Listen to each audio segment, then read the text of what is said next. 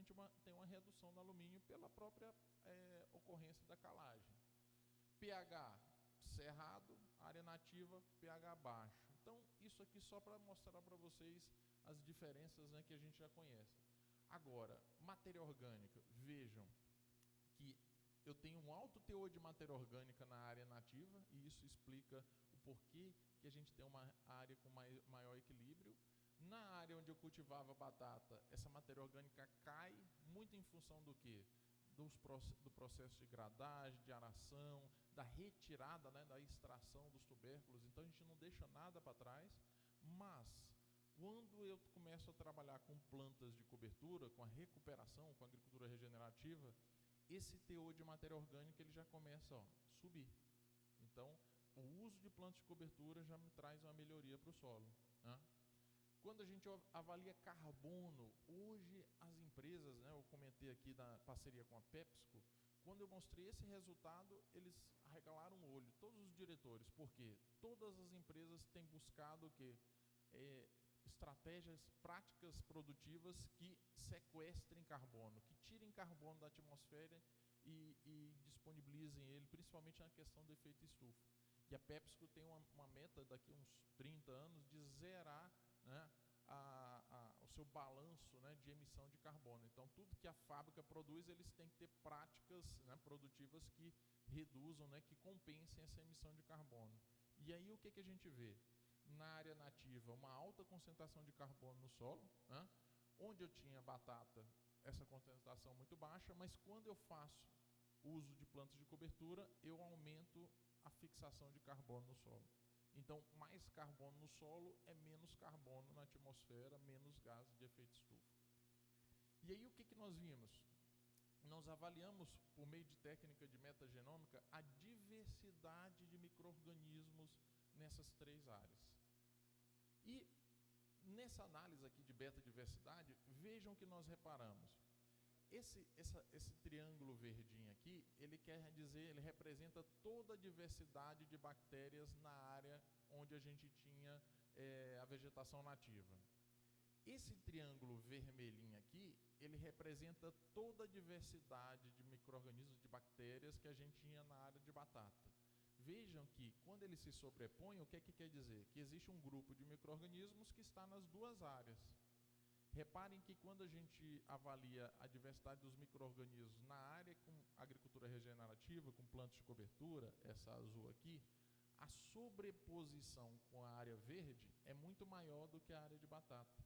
Então, o que isso quer me dizer? Que existe um grupo de micro-organismos que, quando eu faço prática de agricultura regenerativa, eu aumento a população deles no solo. E muitas das vezes são esses micro-organismos que vão me ajudar a manter um cultivo saudável, uma ciclagem de nutrientes, a reduzir a ocorrência de doenças. Para ficar mais claro para vocês, eu gosto muito dessa foto aqui. Olhem aqui, pessoal, reparem nisso. Onde eu tinha a área nativa, olha a diversidade de micro-organismos, de cores, de formas, de colônias que nós temos. Ó, professor, mas lá onde tinha batata, tinha até mais bactéria, a placa está toda tomada. Reparem que é uma coisa só, eu só tenho um grupo basicamente. E quando eu faço o uso de plantas de cobertura, eu começo a ter um cenário mais parecido com o que a gente tem numa área em equilíbrio com uma área de vegetação nativa do que numa área de monocultivo. Então, o que isso quer dizer para nós? Que essas práticas de agricultura regenerativa, elas ajudam a gente ao quê?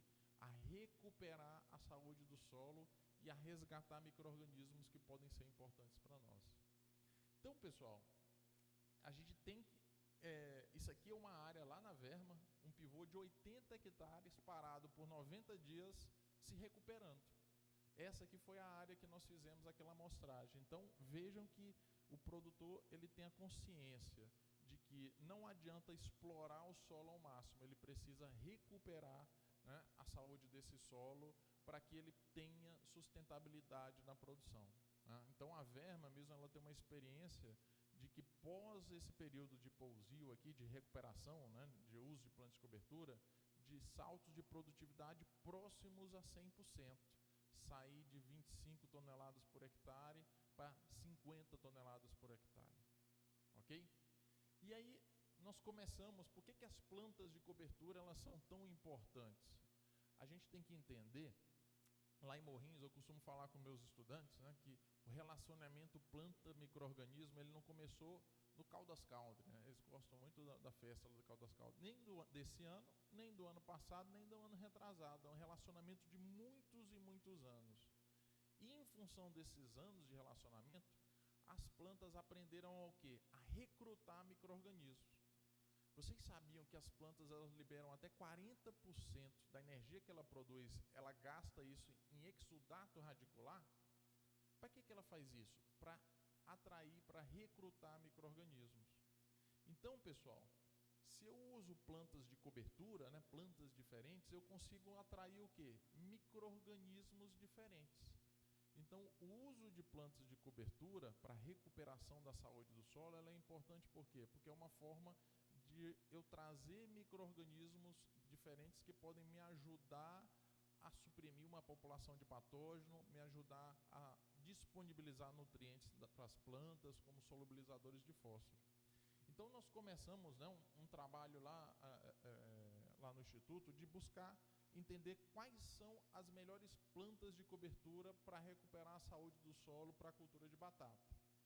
Então, se a gente for ver na literatura, isso aqui é um trabalho de revisão, ele mostra que na batata, a maioria das vezes, o uso de plantas de cobertura traz efeitos positivos, como, por exemplo, aumento de produtividade e redução, né, da incidência de doenças. Tá? Então, essa aqui é uma área lá que nós temos lá no Instituto Federal, lá no campus Morrinhos, onde eu tenho 300 manilhas igual a essa de concreto armado. Essas estruturas a gente usa para estudo de patógenos de solo. E aí o que nós fizemos? Nós avaliamos diferentes plantas de cobertura e o seu efeito no cultivo de batata. Como que foi esse trabalho? Primeiro, a gente avaliou qual era a qualidade biológica do nosso solo. Então vocês lembram que eu mostrei lá da verma, tudo verdinho as cores? Esse aqui era o nosso solo das manilhas. Tudo vermelho, amarelo. Então vejam que a qualidade biológica desse solo aqui, né, ela era baixa. O que nós fizemos? Nós plantamos batata dentro dessas manilhas e nós colocamos todos os patógenos de batata. Então nós colocamos bactérias, fungos, nematóides, né, aqui Rhizoctonia, Pratylenchus, Meloidógenes. A gente infestou essa área, esse solo dessas manilhas. E depois a gente fez o quê? Plantou as plantas de cobertura e, por fim, plantou batata de novo. Então, o que eu fiz? Eu plantei batata num cenário ruim, para infestar o solo, tentei recuperar o solo e depois eu vi o efeito na batata de novo. E que efeito que nós vimos? Primeiro, efeito de plantas de cobertura na redução, né, de patógenos de solo, como nematóides. Esse aqui, Pratylenchus brachyurus, um patógeno importante não só para batata, mas para soja, para milho, para feijão, para cana. E aí o que a gente vê? Que o uso de plantas de cobertura, ela permitiu o quê? Um aumento no percentual de controle na redução desses patógenos. Aí vocês podem perguntar, mas Nadson, eu vi lá que o pousio, o que é o pousio? Eu não fazer nada, deixa o mato vir e seja o que Deus quiser. Ele também reduziu aqui para Pratylenchus, beleza. Para Pratylenchus, no nosso caso, né, dependendo da fitossociologia da área, eu não tenho problema. Agora, para Meloidógene, olha o que aconteceu. O pousio teve um controle negativo. O que é esse controle negativo? Ele aumentou a população de Meloidógene incógnita. Por quê? Porque muito provavelmente as plantas daninhas lá da nossa área, elas são plantas daninhas que são suscetíveis, que multiplicam esse patógeno. Mas vejam que para Braquiária rosiziensis, para Crotalaria juncia, para milheto, em todos os casos eu tenho um aumento no percentual de controle, ou seja, uma redução da população do patógeno nessas áreas. Tá? Então, essas plantas elas podem ser utilizadas. E para as doenças? Né?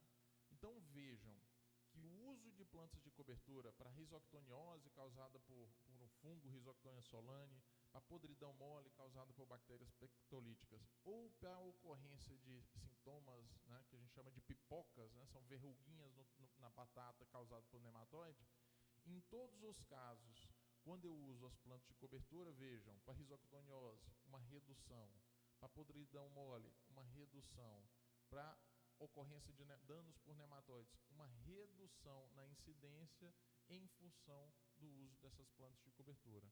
Ou seja, pessoal, a gente tem ferramenta para avaliar se o solo está bem. Se o solo não estiver com a qualidade biológica boa, a gente tem opções o quê? Para melhorar a saúde do solo.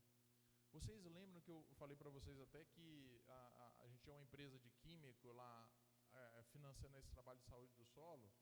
Vejam esse gráfico aqui. Isso aqui é a produtividade, né, em função da aplicação ou não de fungicida nessas áreas com plantas de cobertura. Então reparem que às vezes, olha, o efeito que o meu fungicida traz de incremento de produtividade, ó, quando eu não faço nada, um pousio, o incremento de produtividade foi aqui próximo a 12%. Quando eu uso as plantas de cobertura, o efeito da aplicação do químico no incremento de produtividade, ele salta aqui para próximo ao quê? A 25%. Então, isso aqui é uma prova de que o uso, né, de práticas de agricultura regenerativa, elas entram como um componente do manejo integrado. Então, não adianta eu jogar toda a responsabilidade na proteção dos cultivos para o controle químico se eu não ajudar com outras ferramentas. Então, o próprio controle químico, ele melhora quando eu tenho um solo mais saudável. E aí, isso traz uma outra preocupação para nós, né? O controle químico, ele não pode atrapalhar a minha vida no solo, né? A qualidade biológica no solo. Então, hoje, nos trabalhos que nós fazemos aqui, também em Cristalina, numa área de batata, né? Esse aqui eu acho que era até o Rodrigo que está aqui com a gente, né? A gente avalia se esses produtos químicos novos, eles teriam um efeito negativo ou não na saúde do solo. Então, a título de exemplo aqui, isso aqui é um nematicida químico que está sendo lançado. Vejam que ele não tem efeito, né, sobre a qualidade biológica do solo. Quando eu pego aqui a beta-glucosidase, a testemunha aqui próximo a 105, então um valor muito bom, e os tratamentos melhorando. E quando eu uso produtos biológicos, eu tenho até uma atividade biológica maior na área. Então, hoje, as nossas práticas de manejo, elas têm que avaliar a performance agronômica e se elas não trazem impacto para a saúde do solo. Não adianta nada eu melhorar a saúde do solo e vir com um produto que possa interferir negativamente nisso. Para a gente finalizar, hoje, na pesquisa, tem se feito muito uma correlação entre as comunidades microbianas e a saúde, tanto de plantas como de animais. Vocês sabiam que nós, seres humanos, para cada uma célula do nosso corpo, nós temos 10 células bacterianas? Então, muitas das vezes, o que determina se eu sou sadio ou não, se eu sou gordo, magro, se eu tenho diabetes, não é a minha genética, mas a genética da microbiota que habita dentro de mim. Então, se eu me alimento de comida pobre em fibra, rica em gordura, em carne, muitas das vezes isso desenvolve, leva a uma microbiota que vai me tornar uma pessoa doente. E hábitos bons